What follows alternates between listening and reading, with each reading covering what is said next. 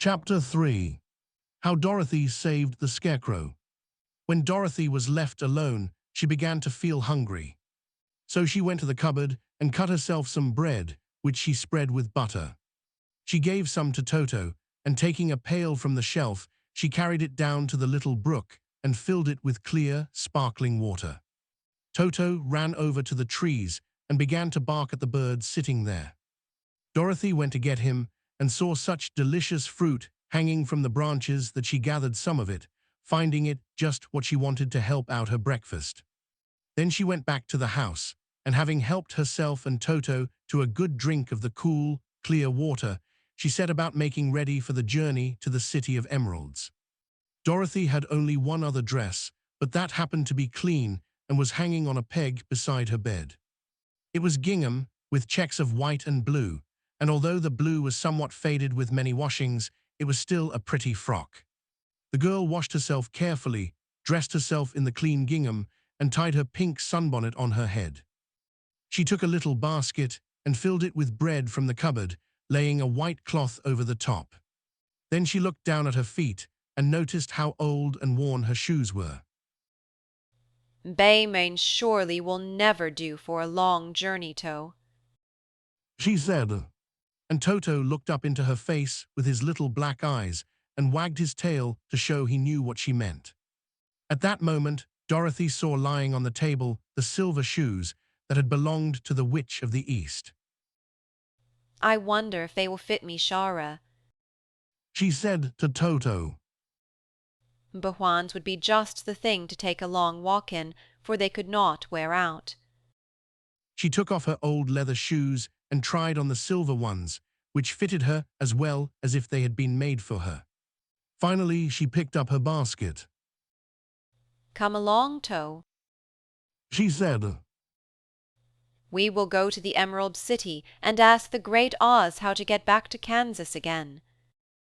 She closed the door, locked it, and put the key carefully in the pocket of her dress. And so, with Toto trotting along soberly behind her, she started on her journey. There were several roads nearby, but it did not take her long to find the one paved with yellow bricks. Within a short time, she was walking briskly toward the Emerald City, her silver shoes tinkling merrily on the hard, yellow roadbed. The sun shone bright, and the birds sang sweetly, and Dorothy did not feel nearly so bad as you might think a little girl would who had been suddenly whisked away from her own country and set down in the midst of a strange land. She was surprised, as she walked along, to see how pretty the country was about her. There were neat fences at the sides of the road, painted a dainty blue color, and beyond them were fields of grain and vegetables in abundance. Evidently, the Munchkins were good farmers and able to raise large crops. Once in a while she would pass a house, and the people came out to look at her and bow low as she went by, for everyone knew she had been the means of destroying the wicked witch and setting them free from bondage. The houses of the Munchkins were odd-looking dwellings, for each was round with a big dome for a roof. All were painted blue, for in this country of the East blue was the favorite color. Toward evening, when Dorothy was tired with her long walk and began to wonder where she should pass the night, she came to a house rather larger than the rest. On the green lawn before it, many men and women were dancing. 5 little fiddlers played as loudly as possible, and the people were laughing and singing, while a big table nearby was loaded with delicious fruits and nuts, pies and cakes, and many other good things to eat. The people greeted Dorothy kindly and invited her to supper and to pass the night with them, for this was the home of one of the richest Munchkins in the land, and his friends were gathered with him to celebrate their freedom from the bondage of the wicked witch. Dorothy ate a hearty supper and was waited upon by the rich Munchkin himself, whose name was Bock. Then she sat upon a settee and watched the people dance. When Bock saw her silver shoes, he said, "You must be a great sorceress," Why? asked the girl. "Because you wear silver shoes and have killed the wicked witch. Besides, you have white in your frock, and only witches and sorceresses wear white," My dress is blue and white, chat. said Dorothy, smoothing out the wrinkles in it.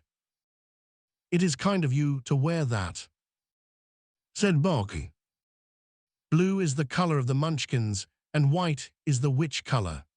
So we know you are a friendly witch." Dorothy did not know what to say to this, for all the people seemed to think her a witch, and she knew very well she was only an ordinary little girl who had come by the chance of a cyclone into a strange land. When she had tired watching the dancing, Bok led her into the house, where he gave her a room with a pretty bed in it. The sheets were made of blue cloth, and Dorothy slept soundly in them till morning, with Toto curled up on the blue rug beside her. She ate a hearty breakfast, and watched a wee Munchkin baby, who played with Toto and pulled his tail and crowed and laughed in a way that greatly amused Dorothy. Toto was a fine curiosity to all the people, for they had never seen a dog before. How far is it to the Emerald City? The girl asked. "I do not know," answered Bok gravely, "for I have never been there. It is better for people to keep away from Oz unless they have business with him. But it is a long way to the Emerald City, and it will take you many days. The country here is rich and pleasant, but you must pass through rough and dangerous places before you reach the end of your journey." This worried Dorothy a little, but she knew that only the Great Oz could help her get to Kansas again, so she bravely resolved not to turn back. She bade her friends goodbye and again started along the road of yellow brick. When she had gone several miles, she thought she would stop to rest, and so climbed to the top of the fence beside the road and sat down. There was a great cornfield beyond the fence, and not far away she saw a scarecrow placed high on a pole to keep the birds from the ripe corn. Dorothy leaned her chin upon her hand and gazed thoughtfully at the scarecrow. Its head was a small sack stuffed with straw, with eyes, nose, and mouth painted on it to represent a face.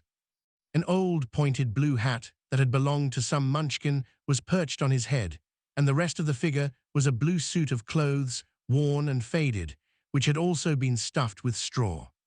On the feet were some old boots with blue tops, such as every man wore in this country, and the figure was raised above the stalks of corn by means of the pole stuck up its back. While Dorothy was looking earnestly into the queer, painted face of the scarecrow, she was surprised to see one of the eyes slowly wink at her. She thought she must have been mistaken at first, for none of the scarecrows in Kansas ever wink, but presently the figure nodded its head to her in a friendly way. Then she climbed down from the fence and walked up to it, while Toto ran around the pole and barked. "Good day," said the scarecrow in a rather husky voice. Did you speak? Asked the girl in wonder. "Sir, Answered the scarecrow. how do you do?" I'm pretty well, thank you. Replied Dorothy politely. How do you do? "I'm not feeling well, Said the scarecrow with a smile. for it is very tedious being perched up here night and day to scare away crows." Cannot you get down? Asked Dorothy. "No, for this pole is stuck up my back. If you will please take away the pole, I shall be greatly obliged to you." Dorothy reached up both arms and lifted the figure off the pole. For being stuffed with straw, it was quite light. "Thank you very much," Said the scarecrow when he had been set down on the ground. "I feel like a new man." Dorothy was puzzled at this, for it sounded queer to hear a stuffed man speak, and to see him bow and walk along beside her. "Who are you?" Asked the scarecrow when he had stretched himself and yawned. "And where are you going?" My name is Dora, Said the girl. and I am going to the Emerald City to ask the Great Oz to send me back to Kansas. "Where is the Emerald City?" He inquired. "Who is Oz?" Why, Donnot, you know. She returned in surprise. "No, indeed, I do not know anything.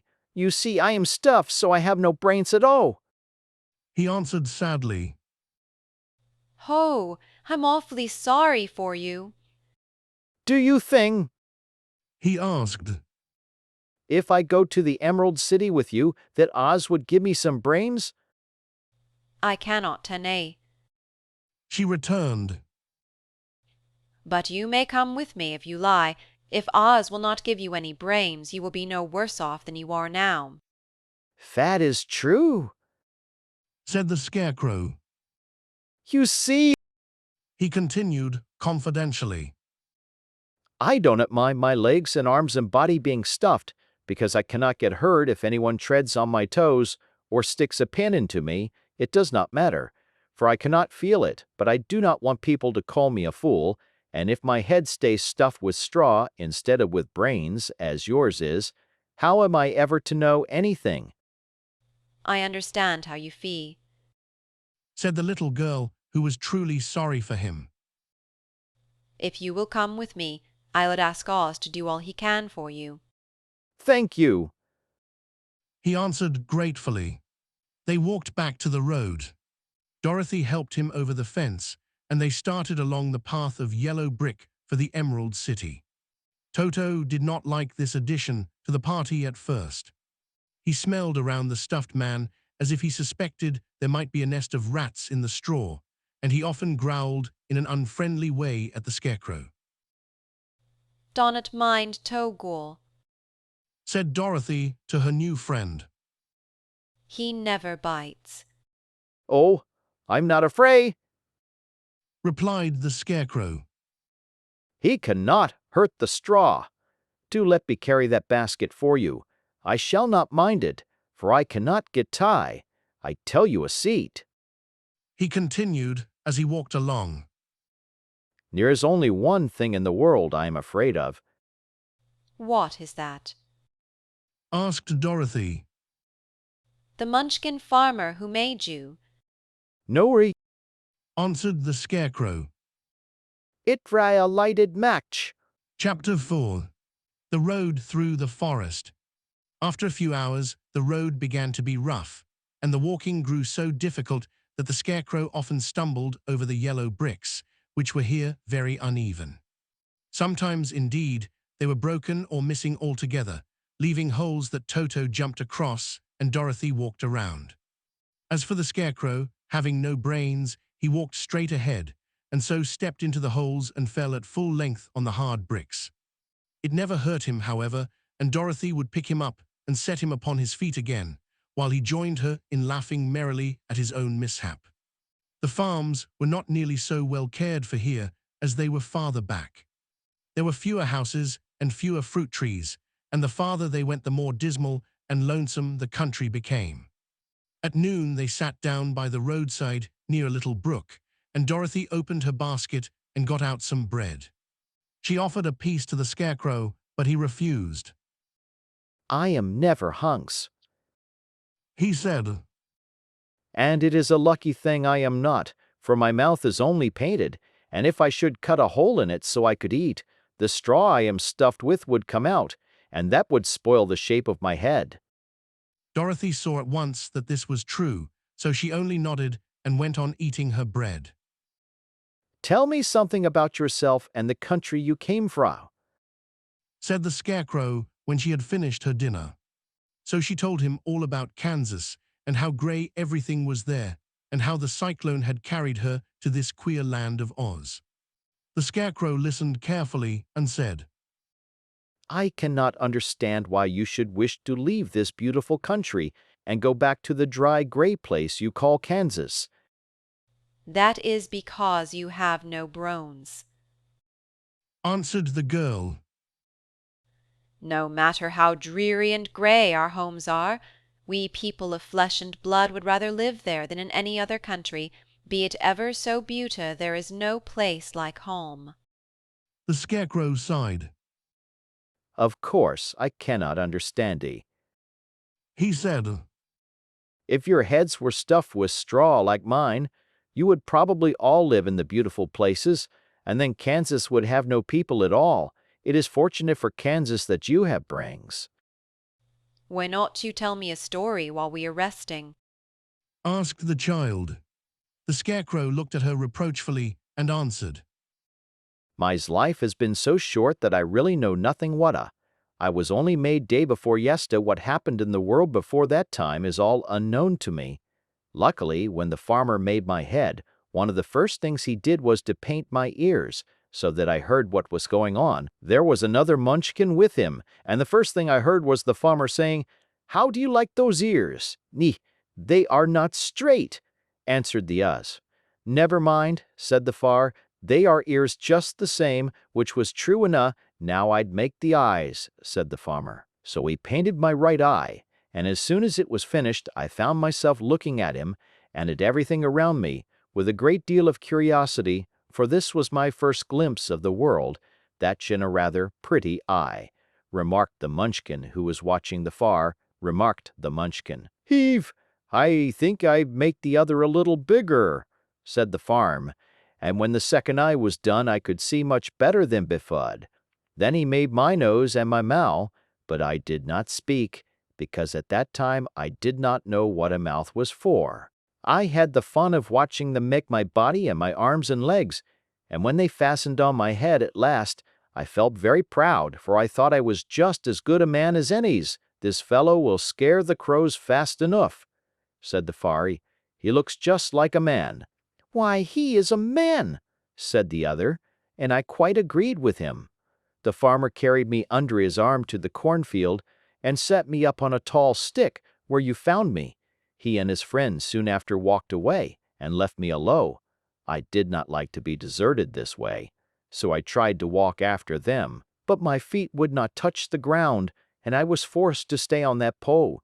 It was a lonely life to lead, for I had nothing to think of, having been made such a little while before into the cornfield, but as soon as they saw me they flew away again, thinking I was a Munchkin, and this pleased me and made me feel that I was quite an important purse. By and by an old crow flew near me, and after looking at me carefully, he perched upon my shoulder and said, "I wonder if that farmer thought to fool me in this clumsy manner. Any crow of sense could see that you are only stuffed with straw." Then he hopped down at my feet and ate all the corn he won.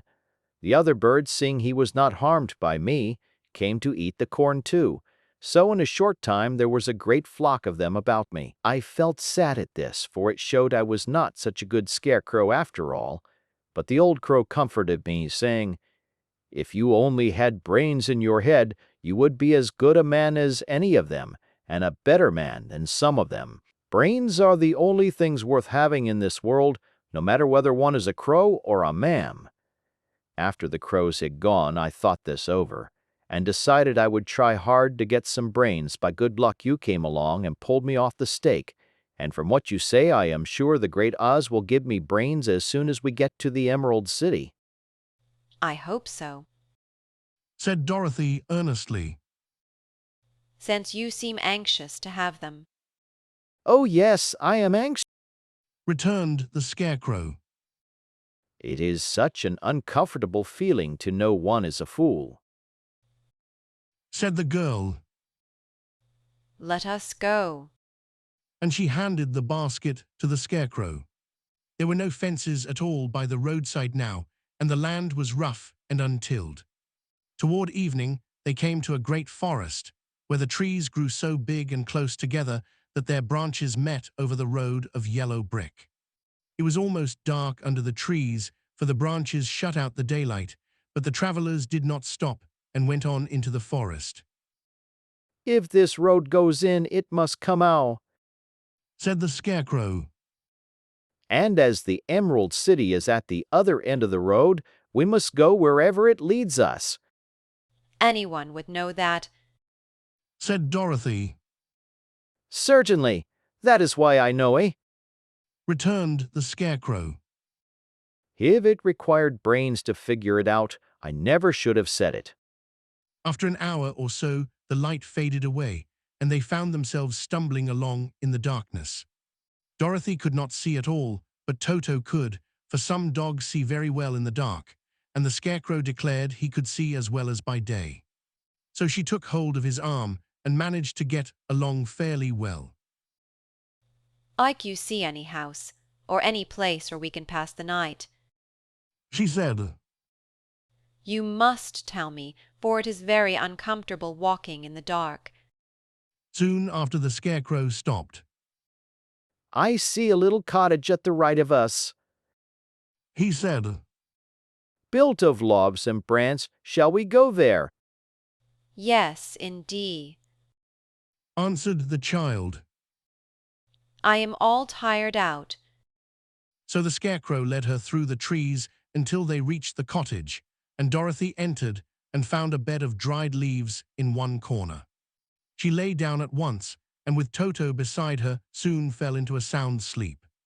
The Scarecrow, who was never tired, stood up in another corner and waited patiently until morning came.